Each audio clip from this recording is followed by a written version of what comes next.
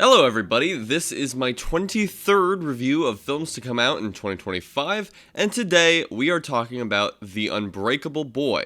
This was written and directed by John Gunn, and it is based on a book called Unbreakable Boy, A Father's Fear, A Son's Courage, and a Story About Unconditional Love. The book is also based on real-life events and portrays the story of a boy played by Jacob Laval, who is on the autism spectrum and also has brittle bone disease. The film is also about his father's struggles, played by Zachary Levi. You may know him as Shazam, or Flynn Rider from Tangled, and probably nothing else. Maybe Harold and the Purple Crayon. Things aren't going too well for him, it seems. I mostly avoid movies with him in them, and if you think I'm being mean, we'll talk about a controversy regarding him in a second. I'm watching pretty much every movie I can this year, so I decided to watch this, and what did I think of it? Would I recommend it? No. Easy no. One of the easiest no's. This movie feels like it was made for Christian moms to half watch while they're doing something else, and somehow I still think they'd be disappointed. The main issue with the movie is that the marketing is very, very disingenuous. The little boy is barely a part of the movie. Well, that's not true. He narrates the movie and he's in a lot of scenes, but the main conflict has kind of nothing to do with him, and I don't know, he has no agency over the plot. It's barely about him. It's like 90% about the dad. And to get to the controversy around Zachary Levi, well, for starters, he's an avid Trump supporter who's asked his followers on multiple occasions to vote for Donald Trump, which, I mean, I don't like, but that's not that controversial. It's half of America.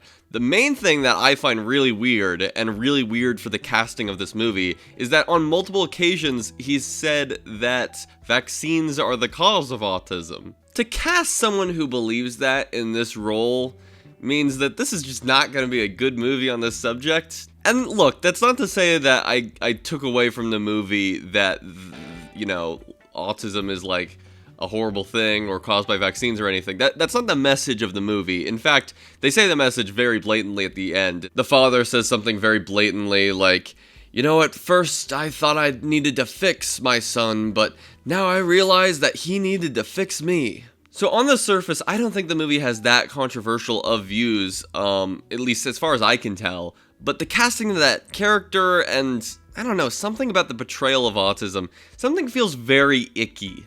And with that aside, I mean, this movie has nothing to say. It felt so pointless. I really do not know what the takeaway was supposed to be by the end, except for the most obvious shit ever. It didn't work as a story in any way. It just felt like things were happening. And the dad is like a piece of shit drunk who wrecks his car with his kids in it while drunk driving. And then I guess at the end he's kind of forgiven, but you don't really feel that arc, and it happens near the end of the movie, so we don't really get that much time to feel his guilt or anything. It just felt so disingenuous and so boring. This is such a boring movie. It's the most boring movie I've seen all year.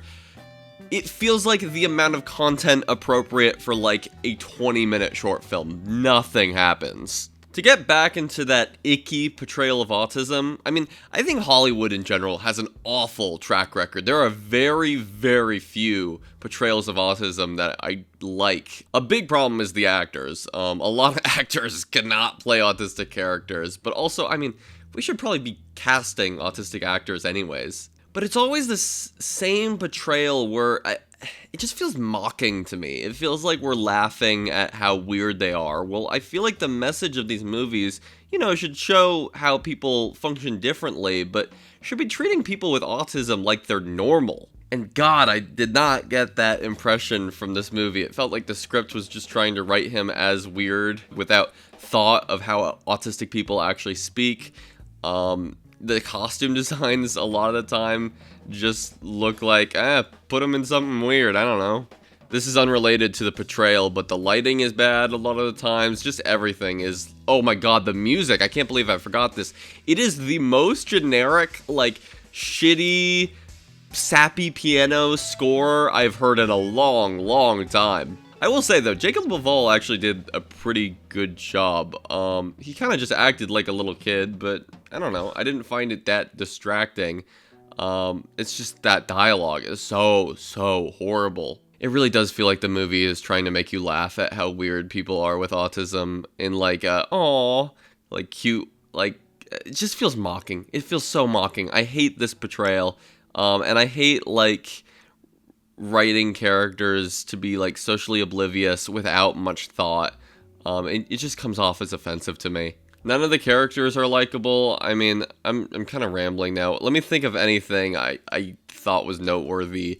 There's a moment where his parents are fighting and he's just fucking around with a Rubik's Cube, and for some reason that made me laugh. It's just kind of stereotyping, but just how like oblivious they are that they're like, just give him a Rubik's Cube to fuck around with while his parents are yelling at each other.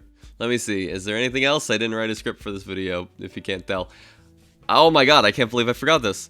The dad has an imaginary friend in this movie, and they describe this imaginary friend as, well, they spoil a movie where a character believes that they have an imaginary friend, but the ending is that it's actually all in his head. You probably know what movie I'm talking about. They spoil the movie, which sucks. And, like, there's scenes where characters are looking at the dad, and, like, he's just talking to nothing. So it seems like he's, like, insane, or has some sort of, like, multiple personality disorder or something. Like, it was so weirdly presented, but I felt like what they were trying to convey was just sort of like, oh, he has, like, an imaginary friend. Isn't that kind of cute? But it comes off as if he's, like, actually just insane and doesn't have like a full tie to reality. It's just so weird. It's such a weird inclusion. And to spoil the movie a little for you guys who aren't gonna watch this, I'm sure, there's one scene where he asks his imaginary friend if he's God, and like a spotlight comes down on him, and he's like, no. And I really wish he said yes. That would have made this movie so much more noteworthy for me if it went into that extreme Christian route. It does feel like a Christian movie, but I'm not sure to what extent. Like, the way they cast the priest or preacher in this movie, he's like this awesome Chad guy. It wasn't that clear whether it was trying to be a Christian movie or not, but it really feels like it is. I don't have much more to say. This movie stinks. It's so boring. Nothing happens, it feels like. There's no point. It doesn't feel like there's a message. It was delayed so much because I don't think anyone knew what to do with this piece of shit. I'm gonna give this a 1 star out of 5. That's all I gotta say about that. Tomorrow I will talk about Baby Invasion, directed by Harmony Korine, so subscribe to stay tuned for that. And in the description, I will put a link to my Letterboxd list ranking all the movies I've seen so far in 2025. Here's the ranking so far, and there's The Unbreakable Boy. There should also be a link to my YouTube playlist of all my 2025 film reviews. You can also find that on my channel page and on the left side of your screen. Thank you for watching. Likes and comments are very much appreciated. They help boost me in the algorithm. That's all I gotta say. See ya!